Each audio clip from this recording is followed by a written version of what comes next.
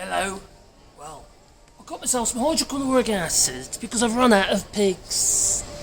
Okay, I don't really need hydrochloric acid, but you can buy that in the supermarkets, but also the DIYs, such as this Leroy Merlin's DIY store here in France.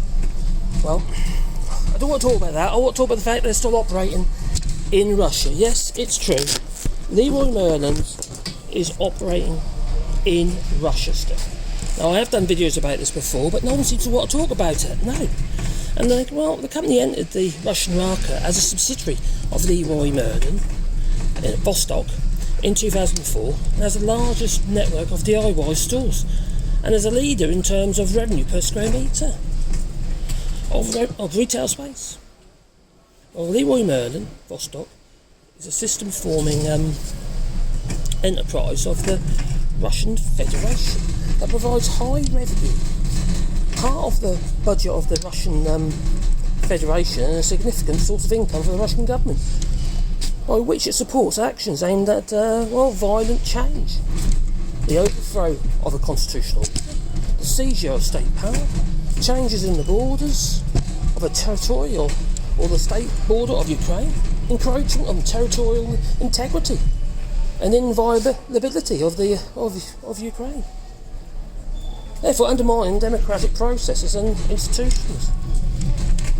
Well, it's threatening peace. We know that, don't we? Stability, security, sovereignty, and independence. Now, revenue for, Leroy Merlin's in Russia was 456.6 billion rubles. Don't know what that's worth these days. But back in March 11th, 2022, Leroy Merlin announced that it does not plan to reduce its operations in Russia, where it operates 143 stores. Now, on March 17th, 2022, they disconnected the Ukrainian office from corporate communications and announced that it would decrease deliveries to the Russian Federation. Well, if you ask me, I think this is absolutely disgraceful, and I've talked about this before, but people aren't generally that interested in it, to be fair. But it's quite bad. But the people here in France, they don't actually know. They don't get it. They don't know that Leroy Merlin's and other companies in that group, or other stores or chains in that group, such as Orcanor and Decathlon, are still operating in Russia, while everyone else is being sanctioned and their costs are going up. Yet Leroy Merlin's has decided to carry on, it's business as usual. How is that right? And how on earth are we getting stuff to Russia if it's sanctioned? There must be some stuff that's made in France that goes to those stores, unless they're sourcing it all from China, which is quite obviously a distinct possibility. So, I think it's quite terrible, really.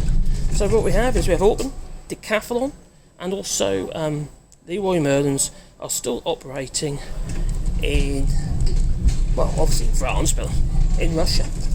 So, what do you reckon? Why don't you leave it in the comments down below? I know it's a bit of a random ad hoc video, but I just thought about it in my head. I thought, hang on, we just, come past the store. Well, come into the store, actually, and then we decided not to buy anything because we remembered that, I don't want to support it. No, so I boycotted the Leroy Merlin's. Probably to my own detriment, to be fair. I probably regret it. But no problem. Yeah. So here we are. Leroy Merlin's here in France, which sells pretty much everything to do with DIY and building and that as well. You've got the yard outside, which does all building materials. So pretty much everything you need to build a house. So I'm going to say ta-ta. Ta-ta.